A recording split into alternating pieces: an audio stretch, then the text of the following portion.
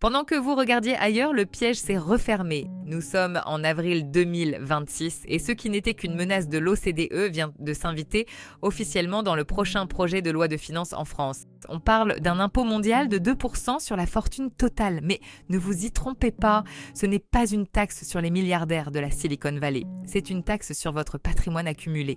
Si vous détenez plus de 1,5 million d'euros d'actifs, net de dette, vous êtes officiellement dans le viseur du fisc mondial. Et cette fois, l'IA de Bercy a déjà fait le calcul pour vous.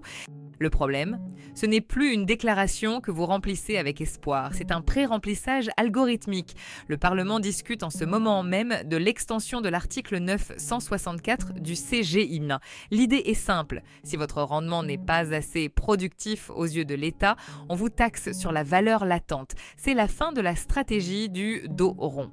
Attendre que l'orage passe ne fonctionnera pas car pour la première fois, le fisc français va croiser les données bancaires de 140 pays en temps réel via la norme CRS 2.0. Votre holding, vos contrats d'assurance vie luxembourgeois, vos SCI, tout est devenu transparent. Regardez les chiffres, ils sont bruts. La Cour des comptes vient de publier son rapport. L'État cherche 40 milliards d'euros pour boucler le budget 2026. Où vont-ils les prendre? Pas chez ceux qui n'ont rien. Le décret d'application qui arrive en juin vise spécifiquement les patrimoines dormants. 15 000, c'est le nombre de contrôles fiscaux assistés par IA prévus pour le second semestre. 80%, c'est la pénalité prévue pour manœuvres frauduleuses. Si vous tentez de déplacer des actifs après la date limite de juin sans substance économique réelle. L'époque où l'on déplaçait une ligne comptable pour économiser l'ISF est morte. Aujourd'hui, l'État ne cherche plus à comprendre, il cherche à encaisser. Alors, quelle est la solution pour celui qui veut rester riche sans être tondu? Ce n'est pas l'évasion, c'est l'architecture. En 2026, la seule défense qui tient devant un tribunal administratif, c'est la substance. Vous devez transformer votre patrimoine passif en un outil professionnel actif. Utilisez des holdings animatrices avec de vraies conventions de management fees.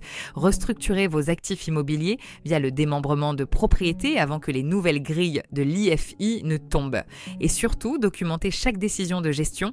L'IA du fisc ne peut pas contester une réalité juridique bétonnée par des procès-verbaux et des contrats de trésorerie réels. La structuration n'est plus une option, c'est votre seule assurance vie. Le texte définitif sera voté en juin. Vous avez exactement 8 semaines pour mettre vos actifs à l'abri des algorithmes. Je vais suivre l'évolution de ce texte de loi jour après jour, amendement par amendement. Si vous voulez comprendre comment protéger ce que vous avez mis 30 ans à bâtir, ne laissez pas le hasard décider. Abonnez-vous immédiatement et activez les notifications.